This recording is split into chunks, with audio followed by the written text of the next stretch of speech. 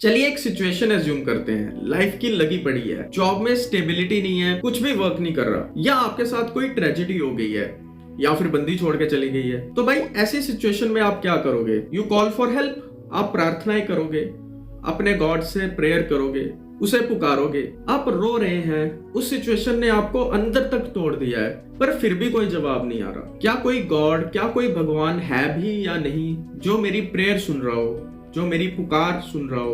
अगर कोई गॉड सुन रहा है तो वो मेरी हेल्प क्यों नहीं कर रहा? तो इस स्टेज पे आके एक थॉट मन में आता है कि अगर भगवान हो ही नहीं तो।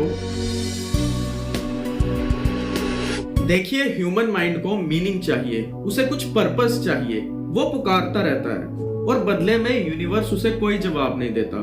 जो यूनिवर्स है वो साइलेंट है, इसका कोई रिप्लाई नहीं, कोई गारंटी नहीं और ना ही कोई फाइनल आंसर है। ये यूनिवर्स एब्सर्ड है, यानी लाइफ का कोई कोर पर्पस नहीं है, यानी लाइफ मीनिंगलेस है। तो भाई फिर आते हैं एल्बर्ट कामू। तो एल्बर्ट कामू यहाँ पे एक बोल्ड स्टेटमेंट देते हैं कि ये मैटर नहीं करता कि गॉड है या नहीं है, क्योंकि उसके होने से भी कोई तुम्हारी हेल्प करने नहीं आ रहा। तुम पुकारे जा रहे हो, तुम दर्द में गुहार लगा रहे हो, बट फिर भी कोई हेल्प करने नहीं आ रहा। तो फिर पहला सवाल उठता है कि अगर लाइफ का कोई मीनिंग नहीं है, अगर लाइफ का कोई पर्पस नहीं है, तो क्या हमें ये लाइफ जीनी चाहिए या नहीं जीनी चाहिए? सोचिए, एक मिडिल क्लास बंदा 7 बजे के अलार्म के साथ उठता है, फिर ट्रैफिक, ऑफिस, बहुत सारी मीटिंग्स, बॉस का प्रेशर, पूरा दिन काम, फिर शाम को थक हार के घर आना, थोड़ा यूट्यूब देखना, थोड़ा इंस्टा चलाना, फिर नींद आ जाती है और next day same routine follow करता है वो। तो फिर एक पॉइंट पे आके वो सोचता है कि मैं ये सब क्या कर रहा हूँ, किसके लिए कर रहा हूँ, और लाइफ इसी में ही निकल जाएगी। क्या यही है लाइफ? यहाँ पे आके एग्जिस्टेंशियल नाहिलिज्म पैदा होता है। हम अपनी ही एग्जिस्टेंस पे सवाल उठाना शुरू कर देते हैं। क्या इस लाइफ का, इस एग्जिस्टेंस का कोई पर्पस है कि नहीं? और अगर गॉड का कोई एग्जिस्टेंस नहीं है और इस लाइफ का कोई पर्पस नहीं है, तो क्या ऑप्शन बचता है एक इंसान के पास? कामू यहाँ 3 ऑप्शंस देते हैं कि वो अपनी लाइफ में 3 रास्ते चुन सकता है। पहला ऑप्शन है फिजिकल स्यू। मैं यहाँ पे वर्ड नहीं यूज करूंगा, ये ऑप्शन लोग एक्सट्रीम डिप्रेशन में चूज करते हैं। अगर लाइफ का कोई मीनिंग नहीं है, दुख इतना ज्यादा है, तो भाई क्या किया जाए? एल्बर्ट कामू यहाँ बोलते हैं नो, आत्महत्या कोई सॉल्यूशन नहीं है, ये तो प्रॉब्लम से भागना हो गया।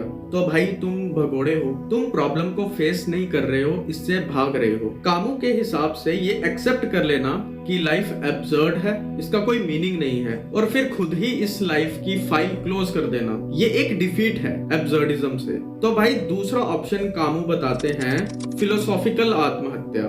ये एक एस्केप की तरह है। यहाँ पे आपने क्वेश्चंस करना बंद कर दिया और अपने माइंड को रीजंस के बेसिस पे चलाना बंद कर दिया कि मैं इतना ज्यादा नहीं सोचूंगा, जो भी पुराने लोग सदियों से मानते आ रहे हैं या बिलीव करते आ रहे हैं, मैं भी उस पे बिलीव करने लगूंगा, उस बिलीफ सिस्टम को आंख बंद करके मानने लगूंगा। तो एल्बर्ट कामू यहाँ पे भी बोलते हैं कि ये भी आपकी डिफीट है थ्रू एब्सर्डिज्म, क्योंकि यहाँ पे भी आपको फ्रीडम नहीं मिला। तो भाई करें तो करें क्या? एल्बर्ट कामू मरने भी नहीं दे रहे, बोल रहे हैं ये कायरता है, ये हार है, एब्सर्डिज्म के थ्रू हार है, और ना ही किसी बिलीफ सिस्टम में, किसी धर्म में हमें बिलीव करने दे रहे हैं। तो एल्बर्ट कामू अपना थर्ड ऑप्शन बताते हैं, जो कि इस सवाल का एक प्रॉपर आंसर भी है। तो एल्बर्ट कामू कहते हैं कि हाँ, लाइफ एब्सर्ड है, जिंदगी का कोई मीनिंग नहीं है, इस लाइफ का कोई कोर पर्पस नहीं है, पर तुम इस एब्सर्डिज्म को एक्सेप्ट करो, इसे गले लगा लो, इसके साथ जियो। तुम एक्सेप्ट करो कि लाइफ का कोई मीनिंग नहीं है, तुम एक दिन मरोगे,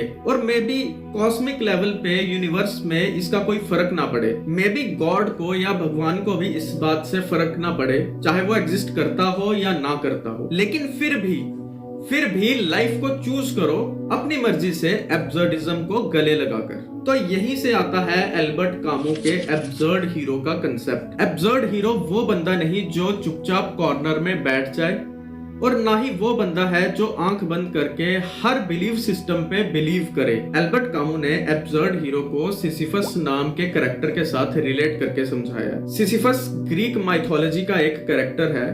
तो कहा जाता है कि इसने ग्रीक गॉड्स को चीट किया। इसी के रिजल्ट में ग्रीक गॉड्स ने उसे एक पनिशमेंट दी कि वो एक बड़ा सा पत्थर पहाड़ के ऊपर ले जाएगा। तो जैसे ही वो पत्थर लेके पहाड़ पे पहुंचता था, पहाड़ के स्लोप की वजह से वो दोबारा नीचे गिर जाता था। फिर वो दोबारा पत्थर उठा के ले जाएगा और पत्थर दोबारा गिर जाएगा और ये प्रोसेस चलता रहेगा। यहाँ पे लाइफ के पर्सपेक्टिव से सोचें तो लाइफ से ज्यादा मीनिंगलेस काम कोई हो ही नहीं सकता। बस वही सेम काम हर रोज बिना किसी रिजल्ट के। एल्बर्ट कामू बोलते हैं we must imagine Sisyphus happy. Sisyphus बार बार पत्थर उठा के भी खुश है। उसे पता है कि पत्थर वापस गिरेगा।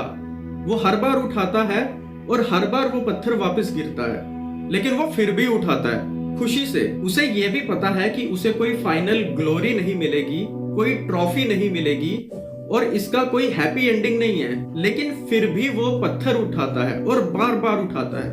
क्यों? क्योंकि एल्बर्ट कामू के हिसाब से इस यूनिवर्स ने उसे एक एब्सर्ड पनिशमेंट दी है जिसका कोई अल्टीमेट मीनिंग नहीं है, लेकिन वो एब्सर्डिटी को समझकर कॉन्शियस माइंड के साथ खुद डिसाइड करता है कि मैं फिर भी ये पत्थर उठाऊंगा। मैं अपने स्ट्रगल में ही अपनी डिग्निटी ढूंढूंगा। मतलब लाइफ का मीनिंग किसी एंड रिजल्ट में नहीं बल्कि स्ट्रगल में है और इस जर्नी में है। यही से एब्सर्ड हीरो का जन्म होता है। एब्सर्ड हीरो मानता है कि लाइफ अनफेयर है, लाइफ में ट्रेजेडीज हैं और लाइफ में रैंडमली कुछ भी हो सकता है, पर फिर भी वो इस चीज का रोना नहीं रोता है, वो इस चीज को फेस करता है। एब्सर्ड हीरो किसी भी बिलीफ सिस्टम को, किसी भी रिलीजन को ब्लाइंडली एक्सेप्ट नहीं करता है। वो हर चीज अपनी मर्जी से चूज करता है और रिस्क लेता है। एब्सर्ड हीरो फाइनल ट्रुथ के लिए या कयामत के लिए नहीं जीता, वो फुल इंटेंसिटी से जीने के लिए जीता है। तो बस जब तुम्हें पता चल जाए कि लाइफ का कोई अल्टीमेट मीनिंग नहीं है, तब जाके तुम्हारी रियल फ्रीडम स्टार्ट होती है। तो अगर तुम यहाँ तक पहुंच गए हो तो चैनल को सब्सक्राइब करो,